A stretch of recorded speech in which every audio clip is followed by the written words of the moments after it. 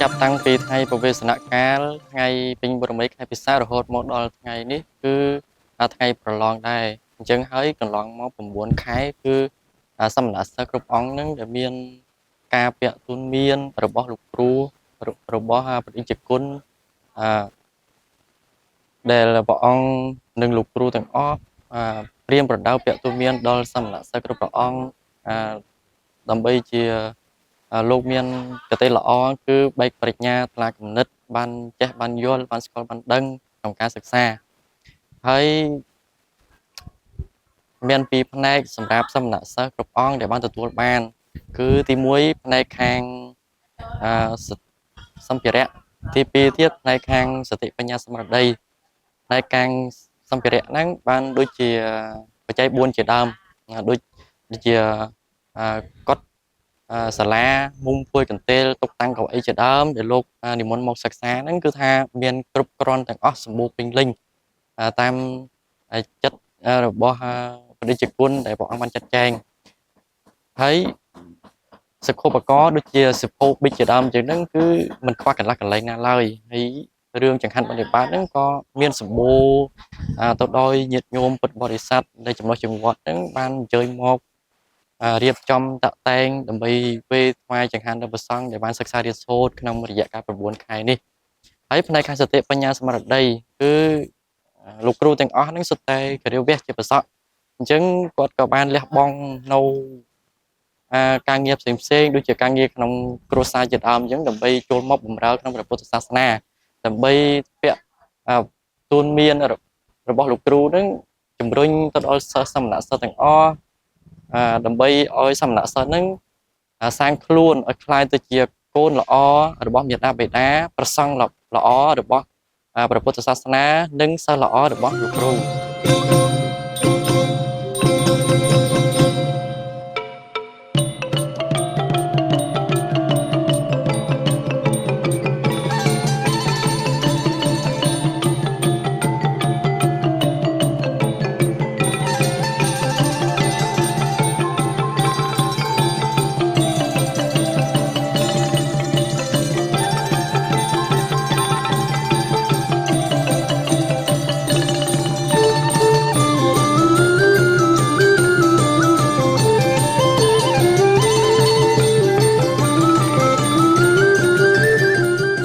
អញ្ចឹងនៅក្នុងវិញ្ញាសាទាំងអស់គឺមាន8វិញ្ញាសាគឺវិញ្ញាសាខាងសកលនិងវិញ្ញាសាខាងពុទ្ធសាសនាវិញ្ញាសាខាងពុទ្ធសាសនាមានប្រែកម្ពីវិជ្ជាបាលីនិងសរសេរតាមសូត្រប្រវត្តិវិន័យជាដើមហើយភាសាសកលគឺមានទិម្រាតងជាដើមអញ្ចឹងនៅក្នុងចំណោមទាំង8វិញ្ញាសាហ្នឹងគឺវិញ្ញាសាណាក៏សំខាន់ទាំងអស់នៅក្នុងបច្ចុប្បន្នកាលនេះគឺថាសមណសិស្សគ្រប់អង្គហ្នឹងត្រូវតែរៀនសូត្រទេមិនថាចាស់ឬក្មេងអីទេហើយមួយយ៉ាងទៀតវិញ្ញាសាដែលខ្ញុំកណាស្មារភាពហ្នឹងពេញចិត្តបំផុតគឺសរសេរតាមសូត្រតែហ្មងពីព្រោះសរសេរតាមសូត្រហ្នឹងគឺយើងបង្ហាត់ឲ្យយើងនឹងស្ទាត់អក្សរហើយសរសេរអក្សរបានច្បាស់លាស់ហើយស្អាតហើយព្រមទាំងយើងមិនអាចសរសេរខុសលើកចុងក្រោយទៀតទេឧទាហរណ៍ដូចជាពាក្យពិបាកយើងអាចសរសេរបានយើងអាចអានបានយើងអាចសូត្របានហើយចំណែកខាងវិញ្ញាសាផ្សេងគឺវិញ្ញាសាណាក៏ពិបាកទាំងអស់ប៉ុន្តែមានវិញ្ញាសាខ្លះលោកអាចចាប់អារម្មណ៍បានគឺថាស្រាប់រៀនស្រាប់យល់ស្រាប់ចេះដឹងបានមនុស្សខ្លះមានអំណាចមានវាសនាបារមីខ្លាំងក្លាមានឱកាសបានទៅអង្គុយក្នុងស្ថានទីខ្ពស់ដែលល្មមនឹងធ្វើអ្វីជាប្រយោជន៍ឲ្យមានការចម្រើនដល់សង្គមនិងប្រទេសជាតិបាន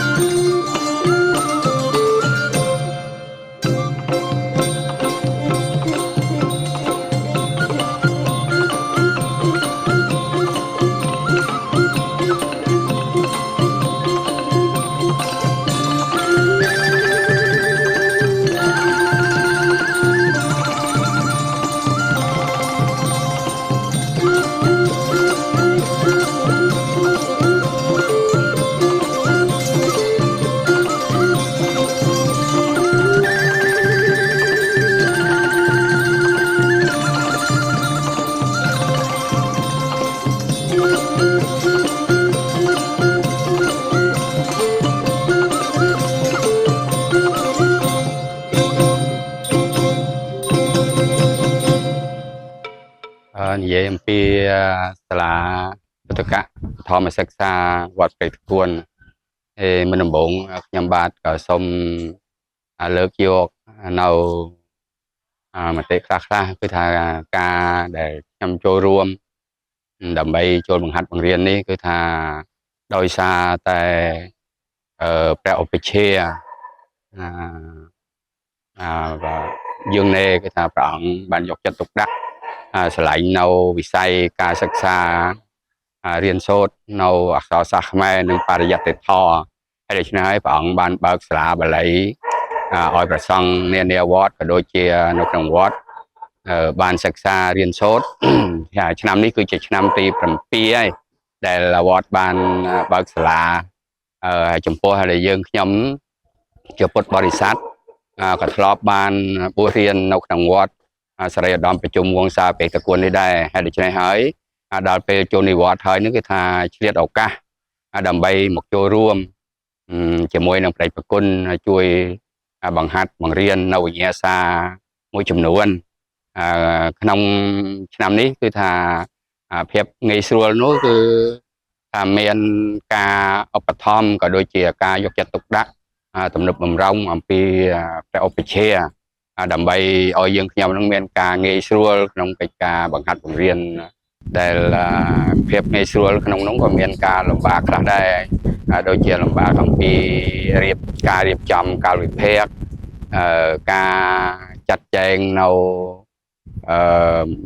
វិញ្ញាសាពីព្រោះយើងខ្ញុំនឹងគឺថាមានលំបាកធំបំផុតគឺថានៅខ្វះគ្រូបង្រៀននៅវិញ្ញាសាមួយចំនួនហើយដូច្នេះហើយគឺថាគ្រូបង្រៀនយើងខ្ញុំនឹងទាំងអស់ទាំងប្រសង់ទាំងពុទ្ធបរិស័ទនឹងគឺថាគ្រូនឹងបានតែ7ទេប្រសង់នឹង5ហើយប្រសង់នឹង2បាន7រូបហើយដូច្នេះហើយគឺថាទទួលបន្ទុកនឹងវាធ្ងន់ធ្ងរដែរនឹងមានការលំបាកដូច្នេះហើយគឺថាបំណងរបស់យើងខ្ញុំនឹងគឺថាចង់បានគ្រូបង្រៀនដែលក្នុងស្រុកក៏ដោយនៅពីនេះក្រៅក៏ដោយអាចនឹងមកជួយបានគឺថាមកជួយអប់រំមកជួយបង្ហាត់បង្រៀននៅសាលាពុទ្ធិកបឋមសិក្សាវត្តព្រៃតគួនហ្នឹងដើម្បីឲ្យគេថាស្រាលបន្តិចអាហ្នឹងគឺថាជាយោបល់របស់ខ្ញុំហើយខ្ញុំសូមបញ្ចប់ប៉ុណ្ណឹងគ្រប់អង្គជួយប្រាស់មកមើលតើគាត់តាបច្ច័យក្នុងនាមពុទ្ធកៈមិនមានកិរិយាពុទ្ធកៈក្នុងនាមពុទ្ធកៈអានោះស្ដាប់ច្បាស់ដែរនោះណាដែលប្រើសម្រាប់ក្នុងកម្មរូបហ្នឹងនឹងធីវរូបមានប្រមាណតួគេសួរតប្រមាណតួណាចំនួនវាច្រើនប្រភេទតែអាចចម្លើយឆ្លើយគឺតែគេសួរមានប្រមាណតួបន្តមាន10តួ20តួ30តួអានោះគាត់តែឆ្លើយជាពុជគ្រប់លក្ខបានទូស៊ីហ្នឹងក៏ត្រូវហើយអ្វីខ្លះបើយើងសេអាតួជិញ10តួបានសេ10តួជិញ20តួបានអត់សេ20តួជិញបានតែណាប្រហែលហ្នឹងរៀនទី2ប្រែកពីកាន់កពីបើតែប្រហែលហ្នឹងមិនចាំឲ្យរៀនបច្ច័យតាមណាដល់ប្រែកពីជិញខ្ញុំមិនដឹងថាប្រយោគអីទៀតការសម្គាល់ប្រយោគបានគឺថាបច្ច័យជាបច្ច័យណាហើយជួយប្រាប់មកមើលតើថាពេលសាមីមានធាតុបច្ច័យអ្វីប្រែថាដូចម្ដេចធាតុបច្ច័យបានទី2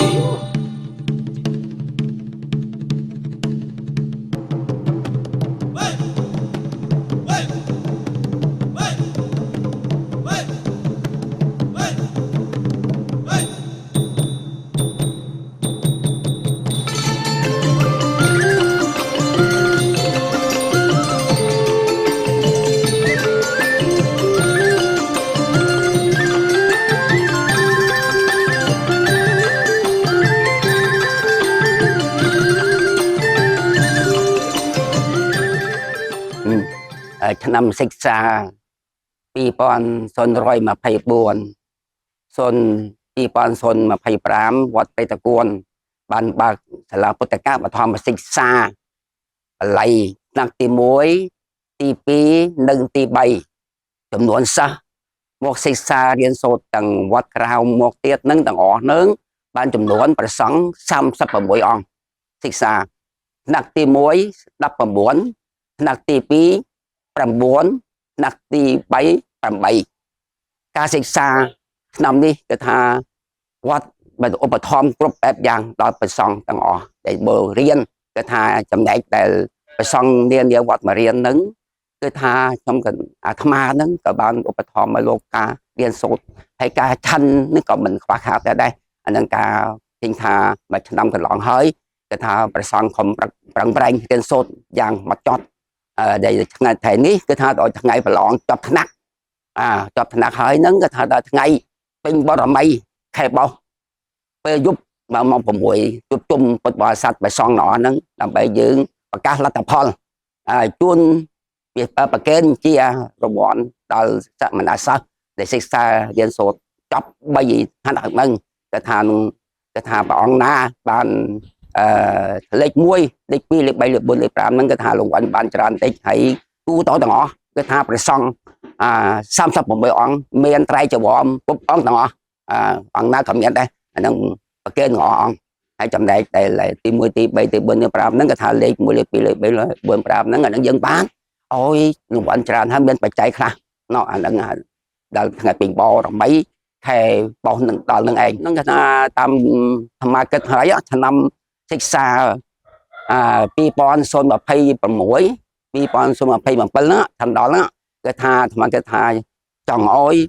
ប្រសង់ដែលរៀននៅព្រែកវត្តមកព្រែកគួនណាឆ្នាំទី1ទី2គឺថាអោយគឺថាគង់នៅវត្តព្រែកគួនដែលរៀនថ្នាក់ទី2និងទី3ហើយនឹងបាក់ទី3ហ្នឹងសូមបកករណាថាអ្នកនាវត្តហ្នឹងមានបំណងមករៀនវត្តព្រែកគួនគឺថាសូមនឹងបន្តមកគឺថាធ្វើក្រោយបើក3ថ្នាក់ហើយស្ថែមទាំងតាមនេះវត្តទុំបាដើមកសាងសាលាបាលីថ្មី2ជាន់ទី1សម្រាប់រៀនសូត្រជាន់ទីជាន់លើសម្រាប់បានសាលារៀនជាន់ក្រោមសម្រាប់ឲ្យវាសង់គង់នៅឥឡូវឃើញថាប្រហែលជាប៉ុនកសាងបានហើយដល់ឆ្នាំសិក្សាថ្មីហ្នឹងឲ្យវាសង់បានគង់នៅហើយរៀនសូត្របានសាលាថ្មីណាអញ្ចឹង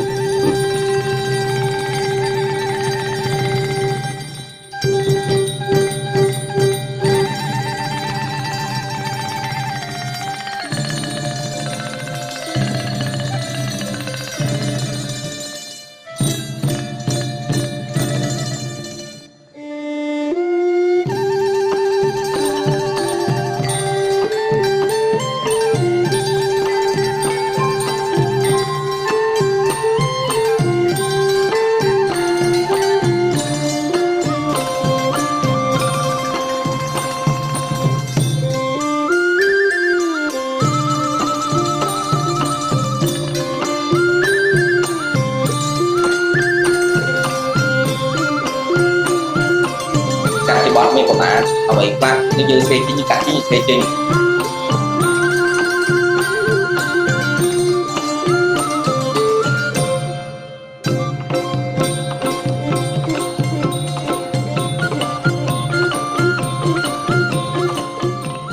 ្ញុំធ្វើសេចក្តីគោរពថ្វាយបង្គំនមស្ការចំពោះប្រជុំ3នៃប្រយោរដ្ឋជារតនៈដល់ឧត្តមប្រសើរខ្ពង់ខ្ពស់លើលោកថ្ងៃនេះជាថ្ងៃ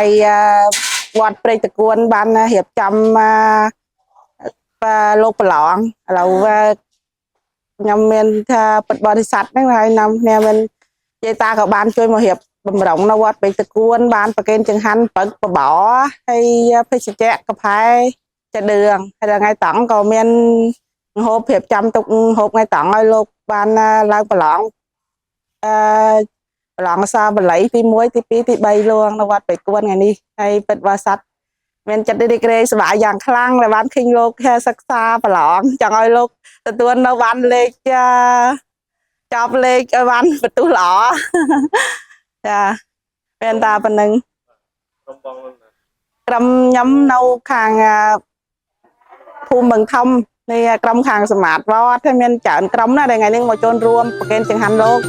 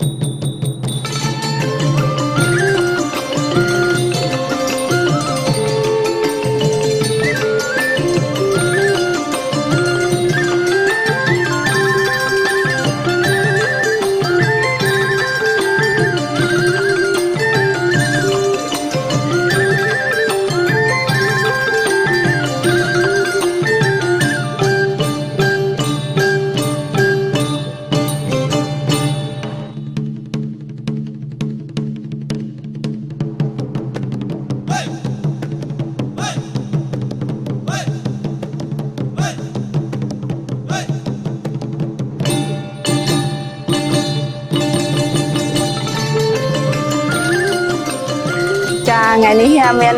y thấy cắt khang mau chụp ảnh rồi bỏ bật ní cắt nâu khang ngọn ní hay bon ngày ní cắt mà chui hiệp chăm và kén chừng hành luôn đấy ngày ní cắt nâu khang xa phải cuốn dạ hay y ngày ní cắt nâu khang đây xô cắt mau chụp kén chừng hành đây chui hiệp chăm khang tất sầm lầy nha sẵn phơn hộp sẵn phơn hay về cái chân đây mà nâu khang đây xô đây mà chui hiệp chăm hành luôn y cái chân đây gạch nâu cầm đây xô ngọn hay dễ thì dự viện gạch nâu thiệp chăm liền bóc dọn hiệp chăm nó cứ cách nè nâu gót nội cứ cách ban hiệp chăm bậc nghệ cách men quân chọn những cái smart nâu gót bậc nghệ hay dễ cách nâu khang hòa khăn đây ngày đi gặp lưu xô thay lục lỏng nó cách ban mà chôn ruom chui hiệp chăm chừng hành bậc kên luôn dạ dạ hay đi là bật bao sát khang phải cuốn đây cắt nâu khang cây mét nè cây mét thư bảo dược liệu thư bảo rồi mà chui hiệp chăm khang chừng hành phải kên luôn đây ngày đi dạ dạ miếng chôn mà đi dạ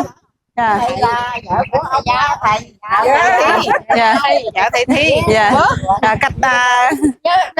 quân cụ cha đi theo ban mau chui của xa cách ban một hiệp trăm khang nâu vọt thôi cái là cam cao vọt thôi bên tay cách tiền lạc một chui hiệp trăm bầm pin thôi là tí chui banh hộp tia cách men phân này men cân đằng phía này ngày ní men ta đâm nặng ơi chẳng vậy tha o cân về dê ngày ní ban mò chui lực thực chất và kén chừng hành đan lô đâm bậy lực thực chất đan lô tia chẳng ơi lô lỏng khơi ban chi lê phi lệch muôiสบายอยากคลั่งอะไรอยากคลั่งจังเอ้ยคิงลูกทาปลองจอบเล็กเคยเย่มาช่วยจำจะลูกจ้าฮาเมียนจึงหันประเกณฑ์เปิดคล้องไงต่องห้องเหียบจำตายกับพายประเกณฑ์เตี้ยสบายจัดจังเอ้ยลูกวันทาศักษาเต้าจอบทาวันจอบเล็กพัวโยจีลิพีลุงจ้าเมียนแต่ปนึงจ้าคุณนักบอลพี่นะ về ní xa sải té mau bị bật vì mon là nghèo mau quên mười bông bẹ mà té mau bị bật cái té ngày cái gì vậy cha vui vẻ cầm đi đi tha sải đi cái cha